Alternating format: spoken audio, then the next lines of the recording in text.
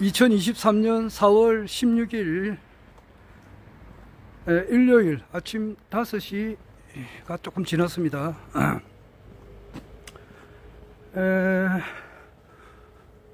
오늘은 저 하늘궁 가기 위해서 지금 지하철역으로 지금 걸어가고 있으면서 허경영 총재님께서 이제 대통령이 되어가는 과정에 있어서 주요한 일을 내가 영상으로 남겨놓으려고 합니다. 어제 4월 15일 날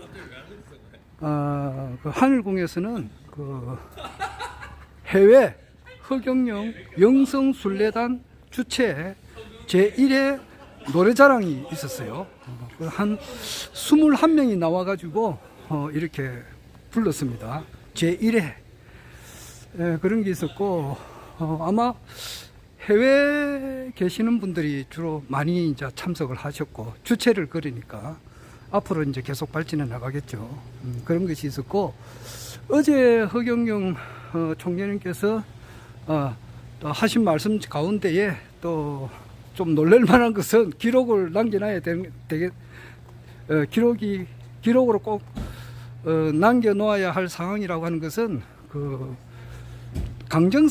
강정산이 이제 1909년 6월 24일 날 어천하셨죠. 돌아가시고 난 이후에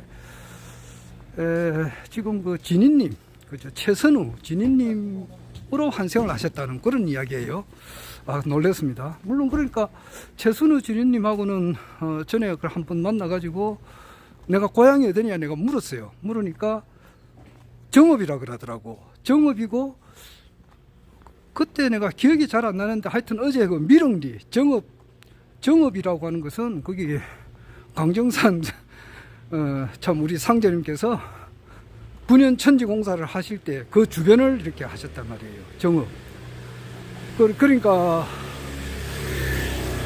금산사 그 모악산 금산사도 그 정읍 그 부근에 있거든요. 그러니까 강정산 제자들이 전부 다 정읍 그 부근에 있어요. 그리고 고향이 거기니까 이거 맞잖아요. 하여튼 뭐 시인님께서 분명히 그렇게 이야기를 하셨어요. 그게 좀 놀랄 만한 이야기고, 그 다음에 어제 또 놀랄 만한 이야기는 뭐냐 하면은 그 최서진 이사님께서 안동 사람이더라고. 우리도 내가 또 안동이잖아요.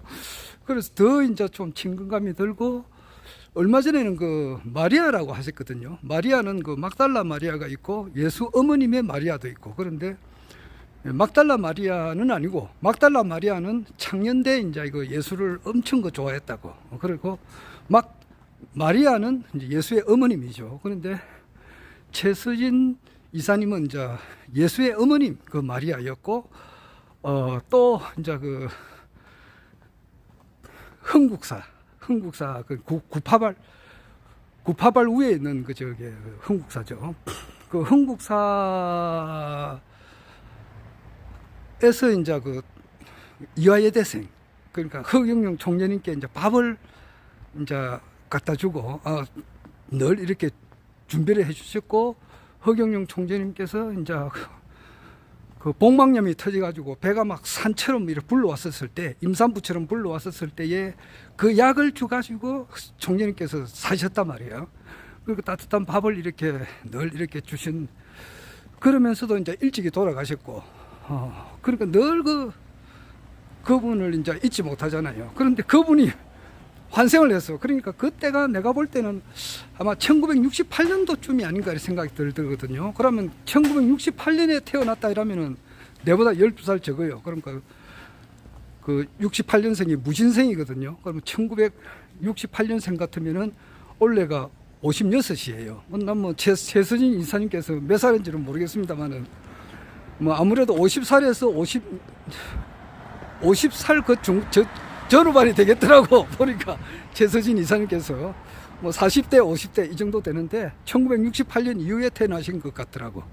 그러면 그게 또 맞고, 신인님께서 이제 아주 김기상 고모님으로부터 그 하늘궁을 돈을 빌려가지고 샀잖아요. 샀는데 그 이제 김기상 고모님께서 갑자기 돌아가셨으니까 그 아들들이 이제 그 유산을 받아가지고 허경영 총재님한테는 안 판다 그랬다고. 그런데 그것이 마침 또 그 최서진 이사님께서 그때 이제 그 가구점을 하시면서 그 총재님께서 한 100여 명한테 물었다 그러더라고. 돈이 좀 필요한데. 근데 아무도 못 했는데 최서진 이사님께서 그것을 이제 그 가능케 해 주었다. 그래서 오늘날 우리가 이제 하늘궁에 이제 이렇게 가게 되었다. 오늘도. 그렇게 참 진짜 고마우신 분이죠. 그런 스토리. 예수의 어머니 마리아였다. 또는 두 번째로는 이제 한국사에 있었던 그 이화여대생의 누님이었다는 그 사실. 내가 영상 기록으로 남겨놓습니다. 그리고 그 전에는 또 누구냐 하면은 차가 다 와가네. 큰일 났네. 그 전에는 전체희 그 우리 저 대천사님이세요. 전체희 대천사님께서는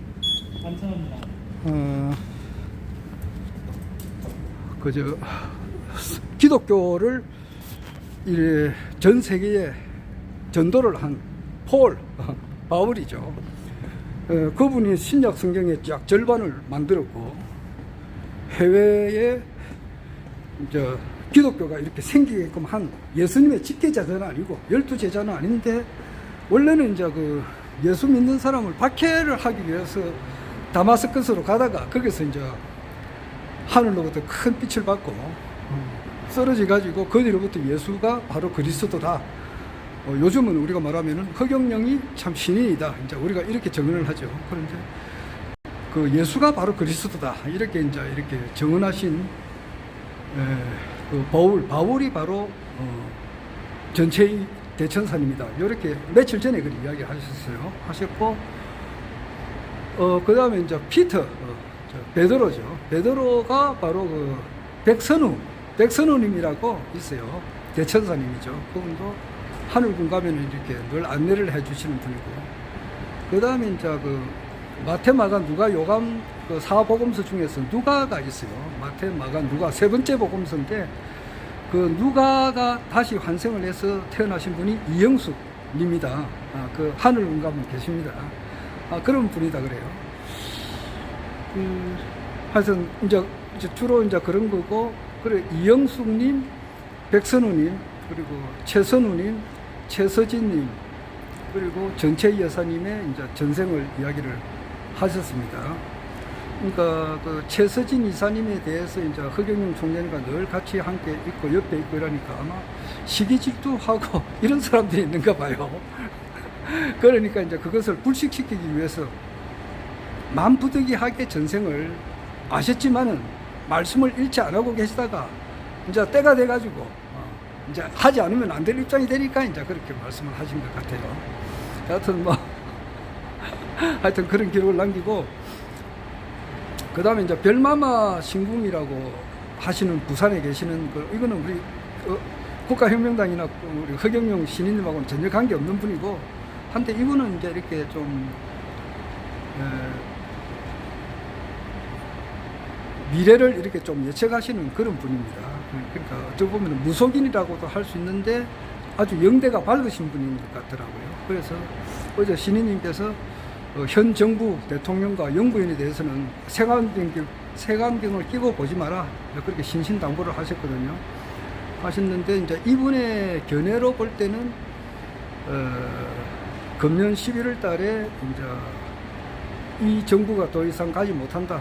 그 별궁 10만만가 그런 분이 그렇게 이야기를 하고 있어요. 그리고 내년 3월 달쯤 되면은 이제 윤석열 대통령이 구속 수감되는 입장이니까 해외로 가다가 쫓겨가지고 다시 해외로 도망가다가 다시 이제 붙잡혀가지고 들어온다, 이제 이런 말을 하더라고요. 별궁 10만만 좀 미래를 예측하시는 분이 그렇고, 김건희 여사님은 이제 내년 3월달, 2024년 3월달에 이제 도이치모터스 사건 이외에 그런 것도 문제가 있으니까 구속 수감될 거다 그런 이야기를 해요. 금년 10월달에 이제 천공의 비위가 지금 이제 그때는 수면 위로 드러난다는 것이죠. 그러니까 비정리 법권천이라고 이제 운이 다 되면은 내려올 수밖에 없잖아요. 운이 다 되는가 봐요. 그래서 지금 볼 때에 내년 총선이 4월 10일이다 말이에요. 2024년 4월 10일 날 우리 국내 정세는 지금 내년 총선을 향해서 모든 것이 맞추어 가지고 지금 가고 있다고 봐야 돼요. 그런데 총선보다는 내가 내 주장하듯이 대선이 빠르지 않느냐. 대선이 빠를 것 같다는 거예요. 그래서 뭐 이승만 대통령도 세 번째 대통령 됐었지만은 취임도 못하고 하야했었고,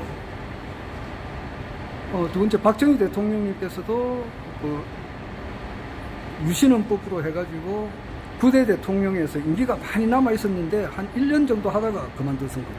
물론 18년간 하셨지만은 부대 대통령 때는 임기가 1984년까지인가 5년까지인가 아직 많이 남아 있었을 때에 한 1년 하고 그만두셨어요. 그리고 장면 정부도 1년을 넘기지가 못했어요.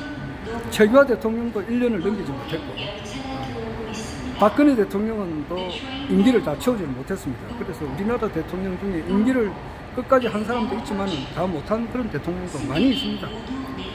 하여튼 그런 것을 내가 영상 기록으로 이렇게 남겨봅니다. 허경영.